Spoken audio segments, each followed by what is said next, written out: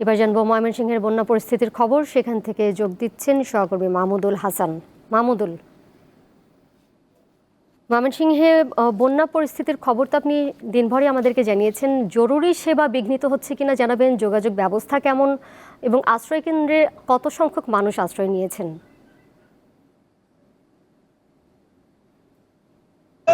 দোলা, আজকে সারাদিনই বন্যা দুর্গত এলাকায় বিভিন্ন এলাকায় আমি ঘুরেছি। দিন শেষে একটি স্বস্তির খবর আপনাকে দিতে চাই যে দুপুর থেকে হালুয়াঘাট এবং ধোবাউড়ায় আর বৃষ্টিপাত হয়নি। দুপুর থেকে বিকেল থেকে আমরা কিন্তু সূর্যের মুখ দেখতে পেয়েছি।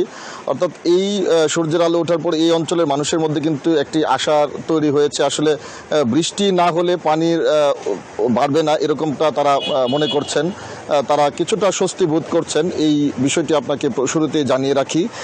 তবে যে পরিমাণ ক্ষয়ক্ষতি হয়েছে এটি আসলে আর পোষাবার নয় বলেও তারা বলেছেন যে আসলে আকস্মিক এই বন্যায় এই দুইটি উপজেলার প্রধান সড়ক ছাড়া প্রায় সবগুলো সড়কই কিন্তু পানির নিচে নিমজ্জিত। সড়কের উপরে আমরা দেখেছি হাঁটু পানি, কোমর পানি পর্যন্ত হয়েছে।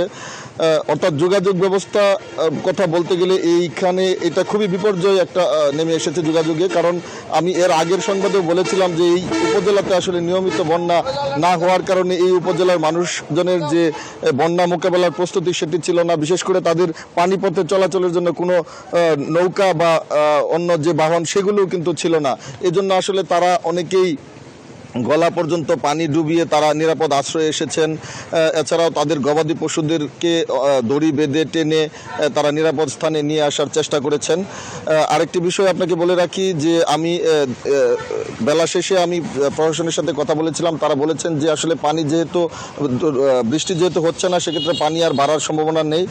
উজান থেকে পানির যে ঢল ছিল সেটাও কিছুটা কমে এসেছে এবং তবু তাদের প্রস্তুতির শেষ নেই। তারা তাদের বন্যা পরিস্থিতি মোকাবেলায় সব ধরনের প্রস্তুতি তারা রেখেছেন এবং আমাদেরকে জানিয়েছেন যে কি পরিমাণ ক্ষয়ক্ষতি হয়েছে সেটির তালিকা তারা ইতিমধ্যেই কাজ শুরু করেছেন এবং যারা এখন এই অবস্থায় আছেন, আসলে যাদের ঘরে খাবার নেই বা যারা বিভিন্ন সংকটে ভুগছেন তাদের সংকট মোকাবেলায় তারা কাজ করছেন। ইতিমধ্যেই তারা আমাদেরকে জানিয়েছেন 10,000 মেট্রিক টন তারা খাবার ইতিমধ্যে তারা বিতরণ শুরু করেছেন।